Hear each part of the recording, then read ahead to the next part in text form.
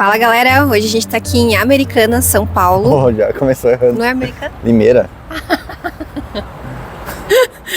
Fala galera, hoje a gente tá aqui em Limeira, em São Paulo. A gente tava em São Paulo, na capital, aí a gente veio pra Limeira, mudou um pouco a agenda e tudo pra poder ter a oportunidade de conhecer o MAB, Museu de Arqueologia Bíblica, que fica em Engenheiro Coelho, uma cidade aqui perto, mas lá não tinha hotel. É um museu que o Rodrigo Silva fez, não sei quem conhece aí. Tenho uma admiração muito grande por ele, pela forma como que ele cria conteúdo, pela inteligência, discernimento, tudo. E aí a expectativa é bem grande de conseguir conhecer esse museu. A gente já queria ter ido outras vezes pra lá, né? Mas não deu certo, porque o museu tem uns horários um pouco diferentes. Não abre segunda, terça. Ele segue a religião adventista, então sexta de tarde fecha o museu, sábado não abre, domingo abre, segunda e terça não abre. Aí a gente mudou a agenda para ficar hoje, quarta-feira, aqui em Americana, em Limeira, aí lá conhecer o museu. A gente tá uma meia horinha de lá, abre às 9 da manhã, tem que comprar um ingresso antecipado pelo Simpla. De São Paulo pra cá dá umas 2 horas e meia de carro, é meio longinho assim. E o ingresso a gente pagou R$40 cada um. Pelo Simpla, né? Não foi pelo site do museu mesmo. É isso aí, então vamos ver. Então vamos acompanhar com a gente aí. Pode gravar lá dentro? Sei lá, vamos tentar. Vamos descobrir. Se a gente não puder, talvez esse vídeo nem vá pro ar. Talvez vocês nem vejam esse vídeo. Então é isso, Valeu. vamos.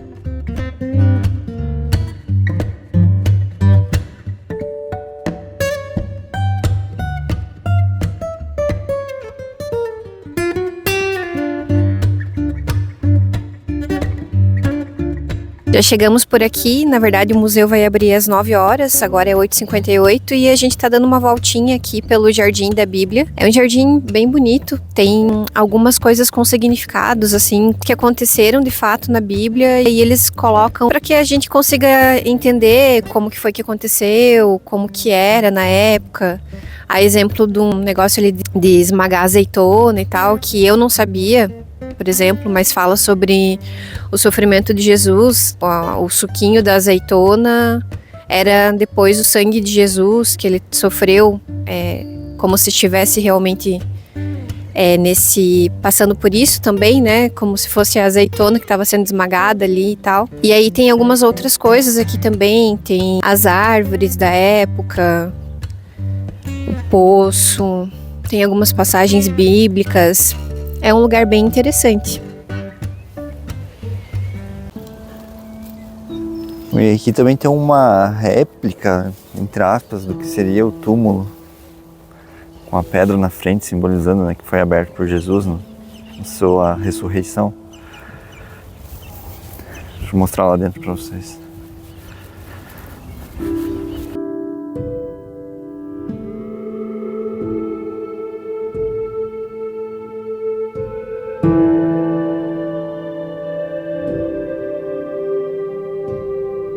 Pessoal, então vamos entrar agora no museu.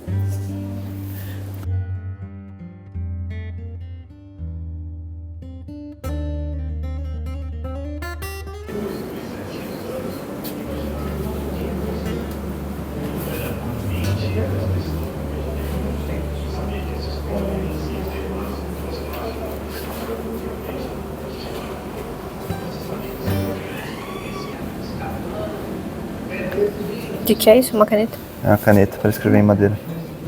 Caneta de metal. Ó, engraçado, né? Antigamente era mais barato escrever na madeira do que no papiro. Aí eles escreviam na madeira como rascunho e depois transferiam para um papiro com tinta. Essa Bíblia aqui foi inteira escrita à mão. Aqui no Brasil, ó, tá escrito aqui. Renato Emílio Alberg. 2013 ele faleceu, provavelmente, né? A Bíblia foi escrita em 69. Em Recife. Caramba. Bíblia não escrita. Essa aqui é a réplica do famoso Código de Hammurabi. A peça ela tem mais de 2 metros de altura e ela é toda cheia desses símbolos, que é uma escrita chamada cuneiforme. E olha só que curioso, né? Ali tem registrado 282 regras e decisões de justiça de mais de 4.000 anos atrás. Muito legal, né? E provavelmente, assim como eu, você também já ouviu pelo menos uma delas. Conhece a frase olho por olho, dente por dente? Pois é de lá. Essa frase a gente usa até hoje e ela foi escrita num pedaço de pedra há quase 4.000 anos atrás.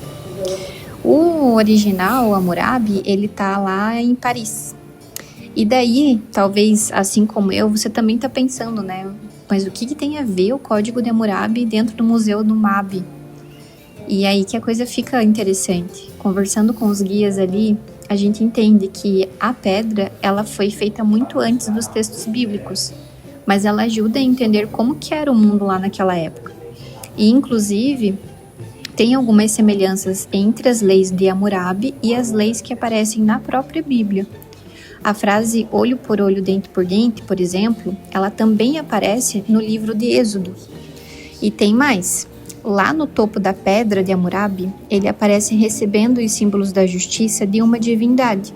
Ou seja, tanto aqui quanto nas histórias bíblicas, a lei aparece sempre ligada a uma autoridade divina.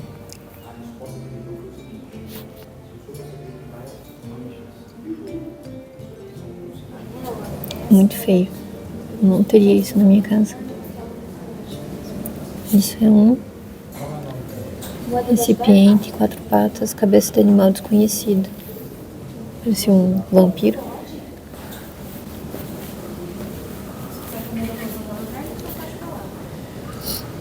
Faça assim. Ó, esse aqui é um pano de múmia. Eu vou mostrar depois pra vocês as faixinhas que eu uso pra tampar o bico do seio. É igual. Assim, besta, né? Como eu vou saber se isso é original? Tá muito novinho.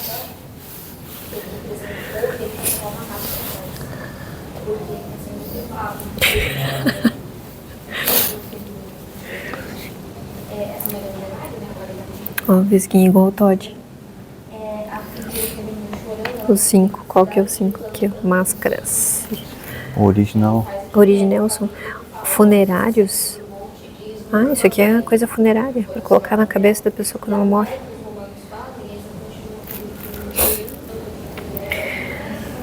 Chegamos agora aqui no Casa Cor. Essas tendências. As tendências 2026. Quem vai pegar a referência da voz? A cozinha é uma mini cozinha, chazinho da manhã rápido ou um chazinho no final do dia. Ela é uma das mais valiosas porque ela é uma das primeiras moedas a serem cunhadas. Então, no anverso dela, que é a parte de trás, ela tem uma marquinha quadradinha que equivale a um sinete.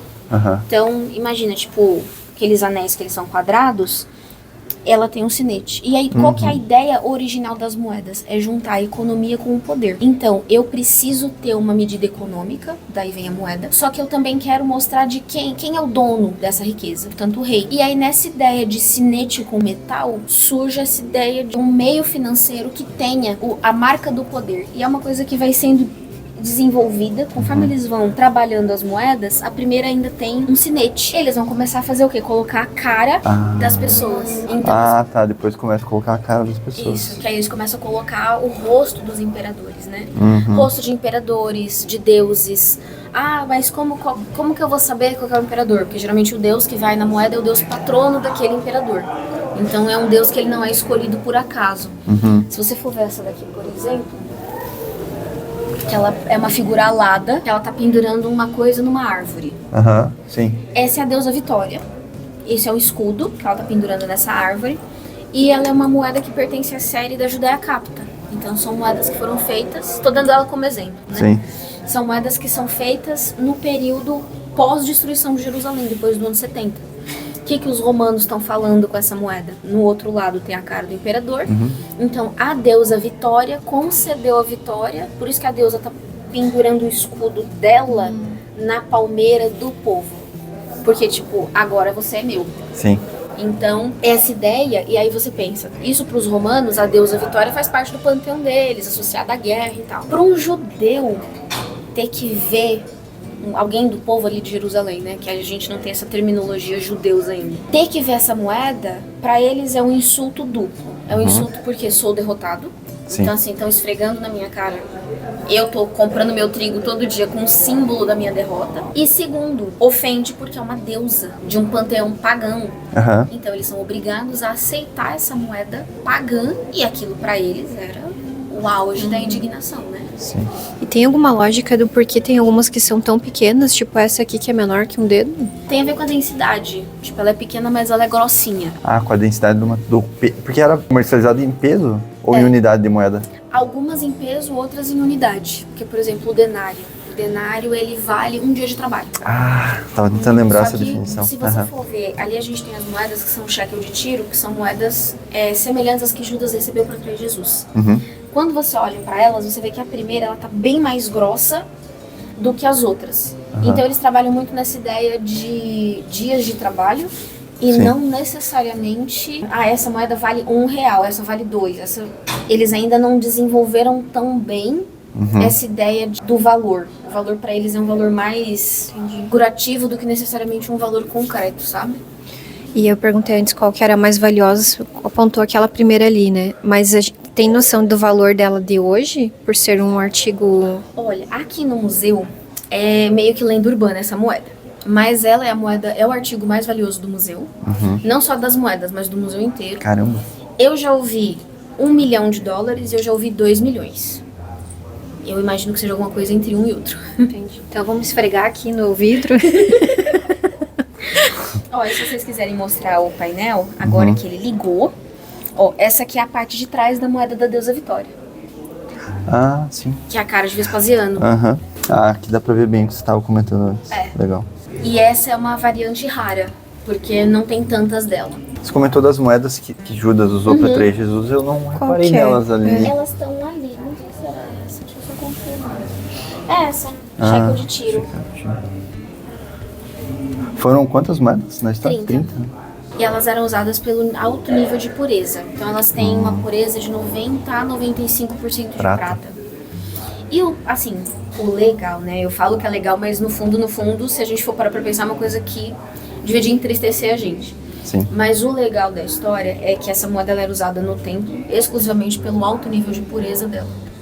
Então, você tinha que chegar lá com o seu dinheiro, o seu denário, a sua moeda romana, e você precisava fazer essa troca dentro do templo. Só que aí o que acontece? Eles começam a roubar no câmbio. Então, casa de câmbio ladrona não é uma invenção da nossa era, uma coisa que, de muitos anos atrás, que é parte da revolta de Jesus quando ele vai fazer a purificação do templo, tem a ver exatamente com isso, porque você chega lá, vamos imaginar, com, sei lá, o seu dinheiro que você suou para ganhar ele. Você teve que vir uma viagem muito grande, né, que eram aquelas incursões que eles faziam em Jerusalém, o povo todo mundo junto, cantando nas datas dos festivais. E você tinha que chegar com o seu dinheiro suado do seu trabalho e trocar dentro do templo. Porque era só com essa moeda que você podia comprar o seu sacrifício, sei lá, tô precisando de lenha, tô precisando de unguento, de oferta. Você precisava trocar o dinheiro primeiro. E aí eles começam a mentir nas balanças pra roubar o povo e oprimir o povo. Então uma coisa que era pra ser feita pra adorar a Deus, vira um sistema de opressão econômica e política por parte dos saduceus fariseus, né, o pessoal do templo. Então é muito assim, eu chego pra ele tá me cobrando R$5 em uma moeda. Eu acho que tá caro. Aí eu vou na sua barraca, você tá me cobrando 7 por moeda. Aí eu vou falar com ele vai falar, não, agora é 8. Sim. E fica nessa salada. E aí o que acontece? As pessoas eram obrigadas, porque você só faz o seu sacrifício se você compra com essa moeda. Então assim, tá caro. Eu sei que eu tô sendo roubado, mas não tem opção. Então eu preciso, e acaba que o povo ele fica oprimido por conta disso. Quando Judas recebe essas moedas, por elas serem uma moeda que circulava exclusivamente dentro do templo, dá pra saber que ele foi pago, quem foi que pagou ele. Ah, sim. Porque se é uma moeda que só é usada dentro do templo, ele foi pago pelos Por alguém lá. sacerdotes pra fazer alguma coisa. Sim. E no caso a gente sabe que é atrair Jesus. Sim. E elas são moedas bem pesadinhas. Então imaginando que 30 num saquinho, Sim, é elas eram relevante. Né? pesadinhas. E era Provavelmente tudo feito à mão, isso muito difícil, né? Fazer isso.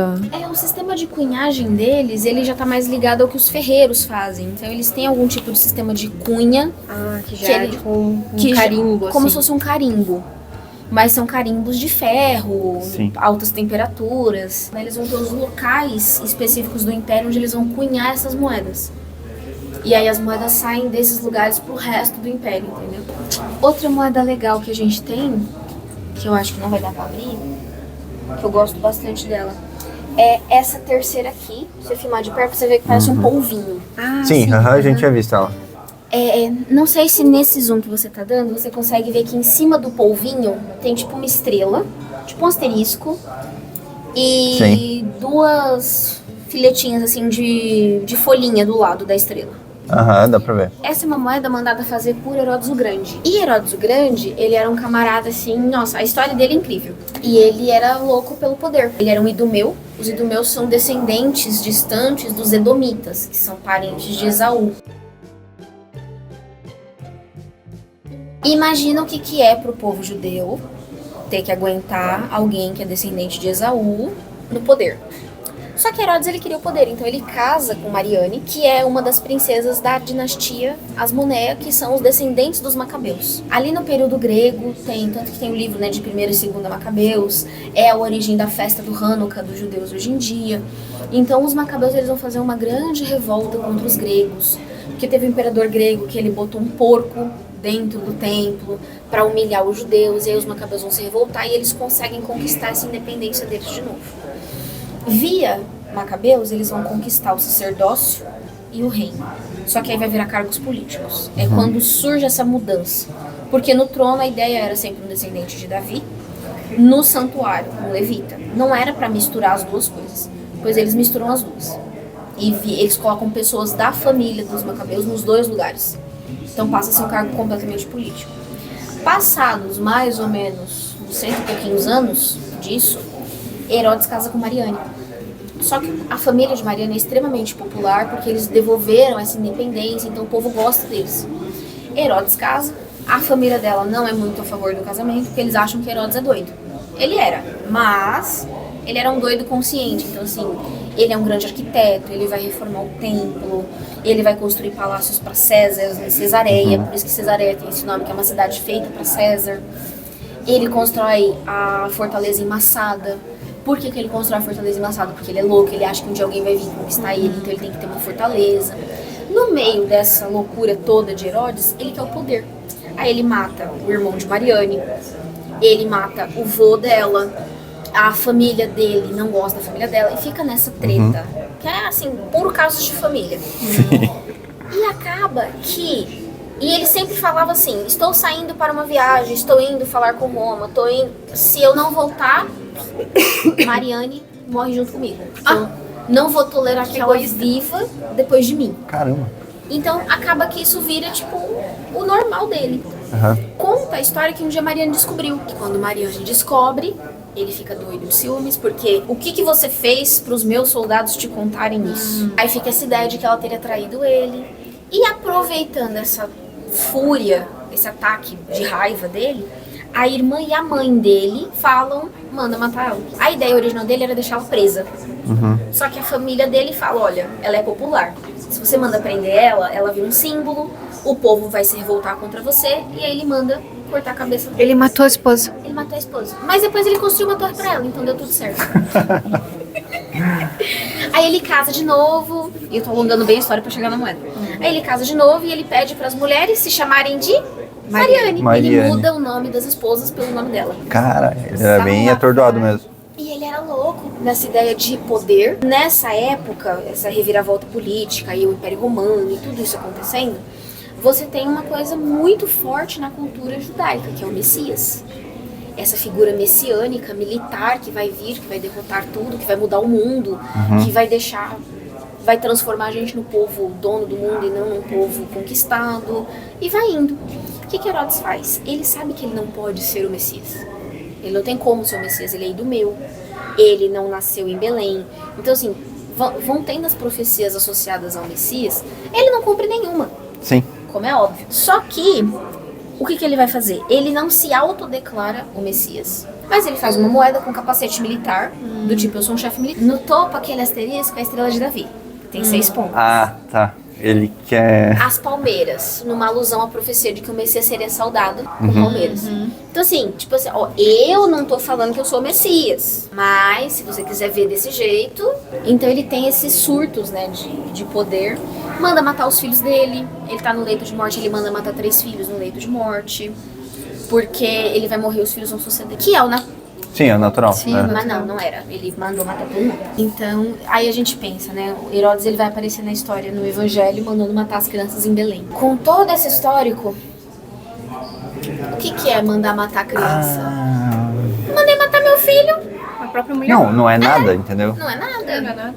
Numa cidade lá no fim do planeta, uma cidade minúscula, que eu nunca pisei lá. Aham, Que diferença que me faz? entendi. E a gente tem, o incrível das moedas é exatamente esse. A gente perdeu um pouco essa essência do que são as moedas. Hoje em dia a gente paga tudo com Pix. Exatamente. E antes do Pix a gente já não prestava atenção. Porque, É. por exemplo, o real ele traz informações da nossa fauna, da nossa flora.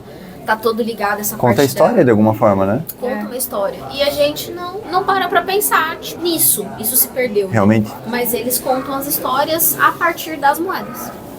Eu Sensacional. ficaria aqui escutando uma por uma. Olha, ficaria o dia inteiro aqui conversando. Como que é o teu nome mesmo? Duda. Duda. Isso. E o que você precisou estudar, assim, pra... Você é formado em teologia, em arqueologia? Eu já sou formada em psicologia. Ah, parceira, então. Me formei em 2020 em psicologia. Aí eu vim aqui pro NASP pra fazer teologia. Aham, Fiz outras coisas entre uma coisa e outra, mas Sim. agora eu tô no 3º ano de teologia. que legal. Parabéns. Se quiser, me formando ano que vem. E aí eu vim pro museu. E aí eu descobri que eu amo esse tipo de coisa. Aham. E as moedas, são muitos artigos lidos, aprendendo também com os meus colegas que estão aqui há mais tempo, que já estudam sobre isso, que eles vão mostrando as coisas pra gente. Essa moeda da Judéia Capta, por exemplo, é um artigo que a gente tá pra publicar. Vai ser apresentado no Congresso de Arqueologia, no CACB. E é isso, é muito tempo estudando. Imagino. Legal. Se vocês tiverem mais alguma dúvida, gente, só chamar. Então, tá bom? obrigado, Duda. Obrigada, Parabéns.